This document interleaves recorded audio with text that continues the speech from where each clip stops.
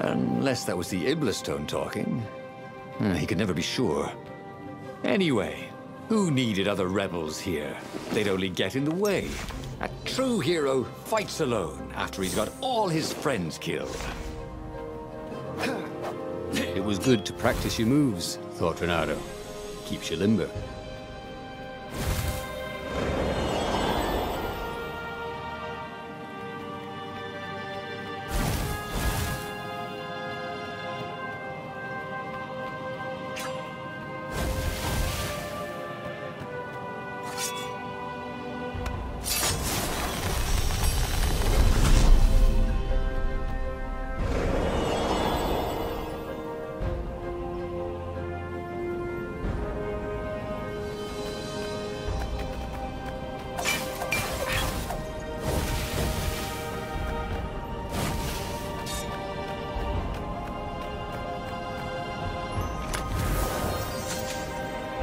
Boy, someone had spent a lot of money for a graduation present.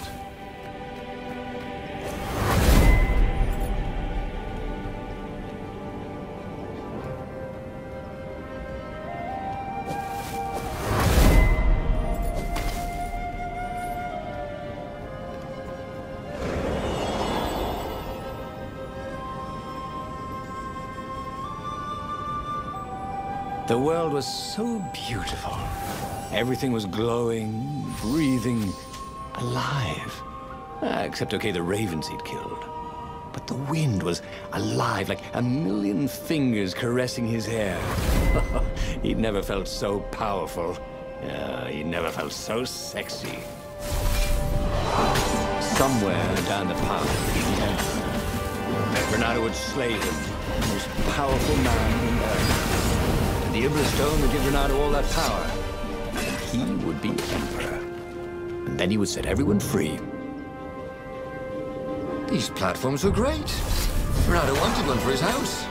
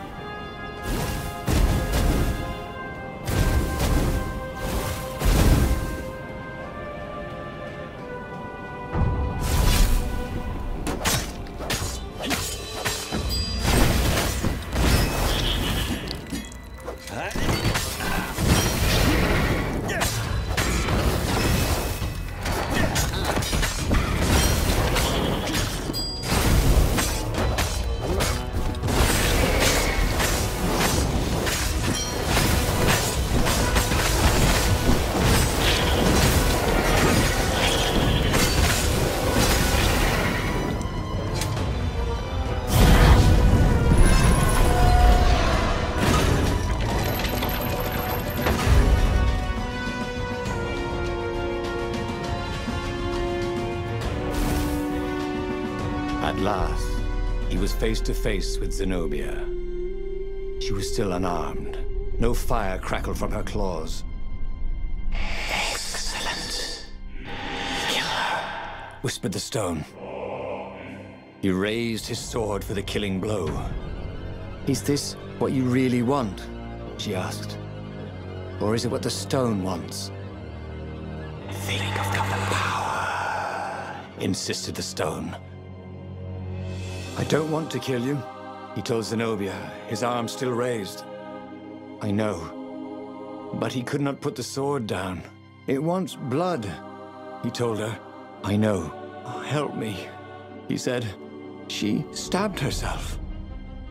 Take my blood, she said. You mustn't, cried the Iblis-Stone. Oh no! Why did you... He ran to embrace her, and she plunged her bloody dagger into his heart. Why? He said. We'll be together. in the halls of the valiant, she said. I love you, he said. Thank you. And the Iblis-Stone screamed, and then it began to glow. It burst into flames. It burned like an ember. And then it was ash that blew away in the wind. And Zenobia and Reynardo died in each other's arms. And just like that, he was alive again, and back on the Farfarer, still fleeing burning Ubar. The book was still open before him. So, the book was a portal. It took you to the future, when your destinies would branch. He had failed and died 3 times, but he'd learned another true thing. Zenobia still had feelings for him.